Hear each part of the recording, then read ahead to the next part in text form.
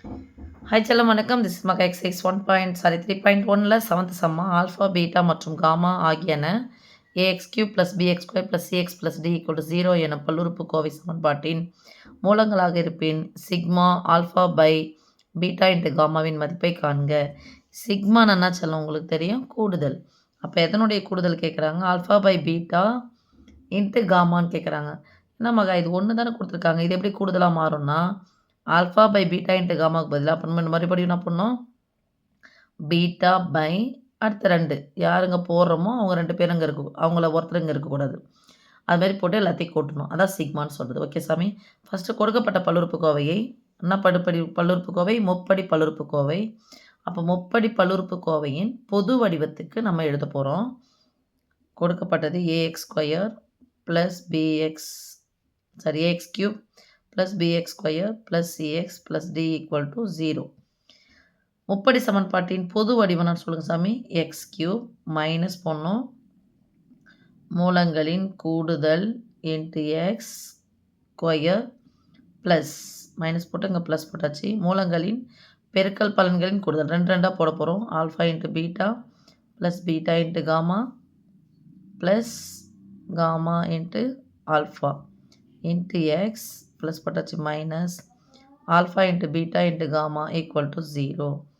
இதில் பாரு சாமி x³ பதிலாக அங்கே ஸ்கொயர் போட்டோம்னா x³ பதிலாக x³ இருக்கணும். ஒரு x³ தான் இருக்கணும். அங்கே என்ன இருக்குது? a இருக்குது.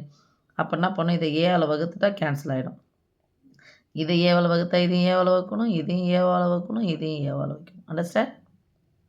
இதையும் ஏவால் தான் வகுக்கணும். 0/anything = 0. ஓகே செல்லம். இப்போது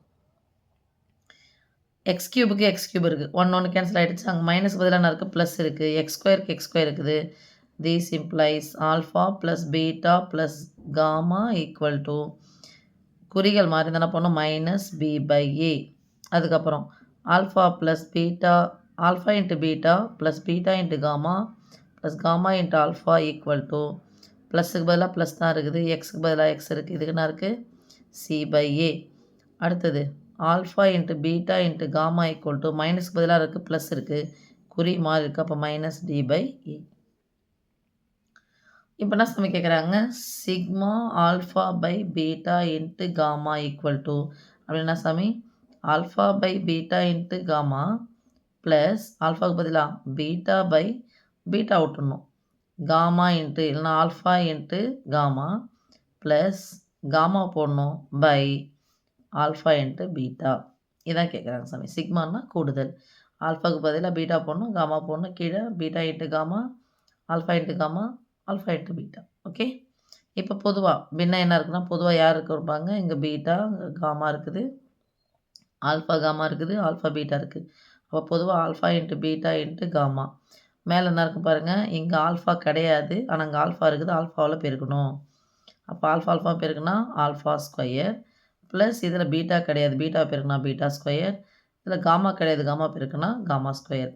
நமக்கு தெரிஞ்சது யாருன்னு பாருங்கள்? Alpha plus beta plus gamma தான் இருக்குது. நமக்கு இது வேணும் அப்படின்னு சொன்னால் என்ன பண்ணணும்? ஸ்கொயர் மறந்துடுறீங்களா? Alpha plus beta plus gamma square மறந்து ஸ்கொயர் இதை ஹோல் ஸ்கொயர் போட்டுக்கோங்க. அடுத்து என்ன பண்ணணும்? மைனஸ் என்ன போட்டிங்க? 2 into alpha plus alpha into beta beta into gamma plus gamma into alpha. ஏன் ஃபார்முலா என்னது நமக்கு? a plus b the whole square = a² plus b² plus 2ab. a² plus b² தான் இருக்குன்னா ப்ளஸ் 2ab தான் பக்கம் வச்சுனா மாறும். மைனஸ் 2ab மாறும். இது 2 மூலங்கள் இருக்குது. இது எத்தனை மூலம் இருக்குது? நமக்கு 3 மூலங்கள் இருக்குது. ஓகே சாமி. By alpha into beta into gamma = alpha plus beta plus gamma என்ன வரும்? Minus b by a. அப்போ minus b by a the whole square minus 2 into alpha into beta இதுக்கு பதிலாக என்ன வரும்? c by a பை இது என்ன சாமி? மைனஸ் d by a = ரெட்டப்படையாக இருந்தால் அடுக்கு ரெட்டப்படையாக இருந்தால் மைனஸ் இருந்தாலும் ப்ளஸ் கிடைக்கும். இந்த நடுவில் வகுத்து இருக்கிறதுனால அந்த ஸ்கொயர் ஆனது பிக்கும் சொந்தம் ஏவுக்கும் சொந்தம். மைனஸ் இது நேராக பிரிக்க வேண்டியதான். 2c by a by minus d by a = இப்போ இங்கே பார்க்க வேண்டியது சாமி இங்க பின்ன என்ன இருக்குது? இங்க ஏ ஸ்கொயர் இருக்குது. இங்க என்ன இருக்குது? ஏ மட்டும் தான் இருக்கு. அப்ப இது ஏவால பெருக்குனா, பகுதி ஏவால் பெருக்கினால், தொகுதியையும் ஏயால் பெருக்க வேண்டும்.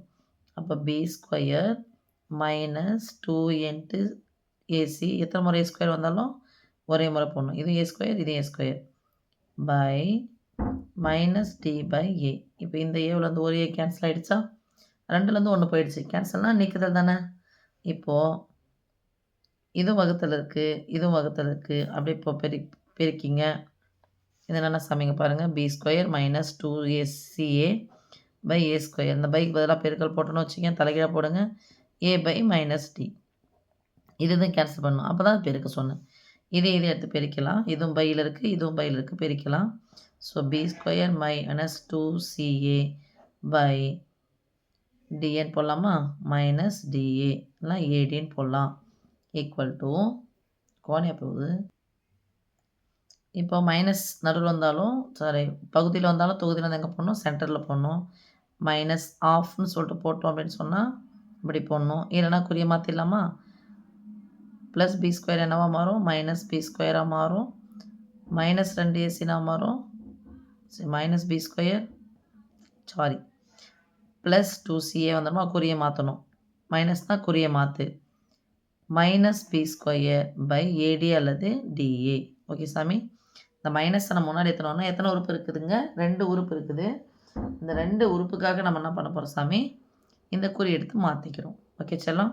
ஸோ இதுதான் இதனுடைய sigma alpha by beta into gamma. Okay, thank you.